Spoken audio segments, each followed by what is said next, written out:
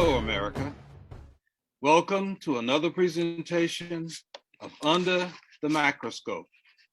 Today, I want to ask us to grow up and simply deal with the naked truth. There's such controversy right now around teaching what some are calling race-based theory and not wanting to look at the real history of America. But there is no need for all of the squabble about teaching the real history about America. Teach it just like you teach the English alphabet. Hold each character up high so that all can see what it really is and call it what it is. The whole world already knows what happened during the early days of slavery because many nations other than the United States participated in it and still do. You can use the British bigots' brain-dead outrage at Black soccer players who missed kicks in the game against Italy as a demonstration of how the, quote, superiority lies began and still prevail in most cultures. There is only one superior being in the universe, and his name is God Almighty. Anyone who believes or teaches otherwise is both a liar and a fool. The people who are in so much turmoil over teaching real history fear what the world already knows. You lied. There are the ones who keep perpetuating the lie that Black people are inferior. With the help of many, quote, Black folks, then and now. As columnist Leonard Pitts mentioned in one of his recent articles on how difficult it is being us, all skin folk ain't kinfolk. It may not appear so on the surface, but a lie does much more damage to the teller of the lie than it does to the victim of the lie. The biggest liars among us know the truth. They just refuse to tell it.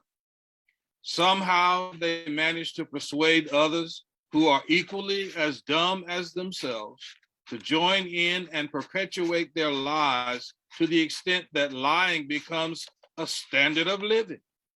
They manage to convince themselves that this is the only way that they can survive. They teach their lies to their children and their children's children, and every subsequent generations gets better and better at getting worse and worse. Lying becomes a weapon that drains one of what little integrity he once had, with little, if any, hope of ever becoming man or woman enough to face the truth in any form. Their sadness holds such a tight grip on them that they resort to anything that will give them some sense of temporary relief, including sleeping with those that they claim so sincerely to hate. There were thousands of babies born to slave owners and slaves, so much so that it became, quote, acceptable as sport, as long as the slaves stayed in their place. There are thousands of babies born to slave owners' wives and their Black pets. That was the baseline of the story for the movie Mandingo, but it was quickly squashed because that was part of the true history of America that liars wanted to suppress. Those who wish to derail teaching the whole story in our schools are still, after all, this time, oblivious to the fact that their children already know that their parents lied to them. However, these same children perpetuate the same lies for fear that they might lose their, quote, economic advantage, AKA white privilege. There is no such animal as white privilege. What many refer to as white privilege is nothing more than economic domination. That's all it is. The wealthier whites only use the poorer whites when they need them for political purposes.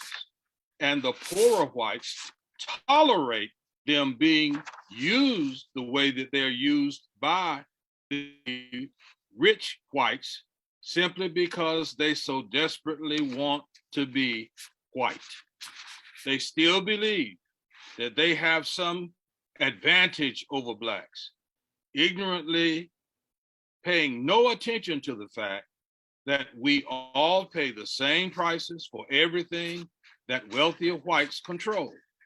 We seldom, if ever, get invited to the $1,000 a plate dinners, but even that is not enough to prevent many white citizens from boasting that they are on top.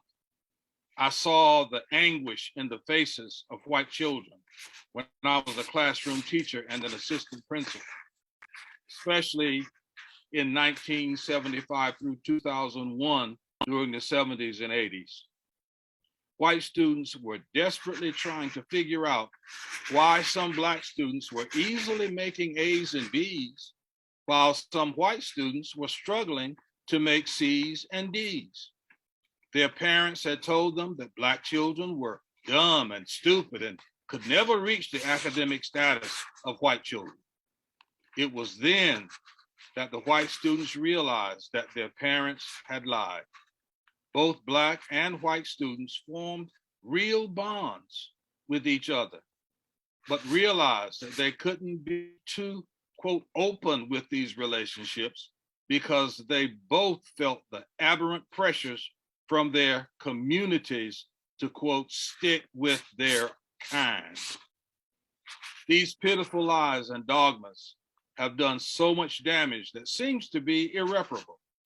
The real damage began long before slavery was disguised as emancipation and continues as present-day tolerance.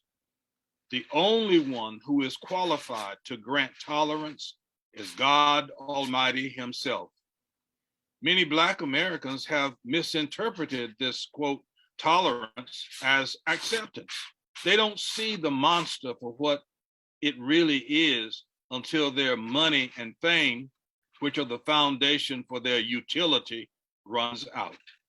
Have you ever noticed how when a Black citizen's utility is gone, how so many white citizens rally around him to restore him to his former state of tolerance? Many whites are overjoyed when they see, quote, uppity Negroes fall and fail. Many Black citizens are as well.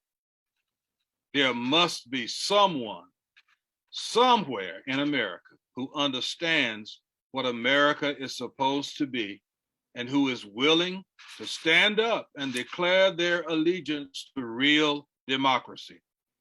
There is a Mackian proverb that declares, "We will never see the beauty that is for us until we confront and conquer the ugliness that is in us." Dr. Martin Luther King Jr.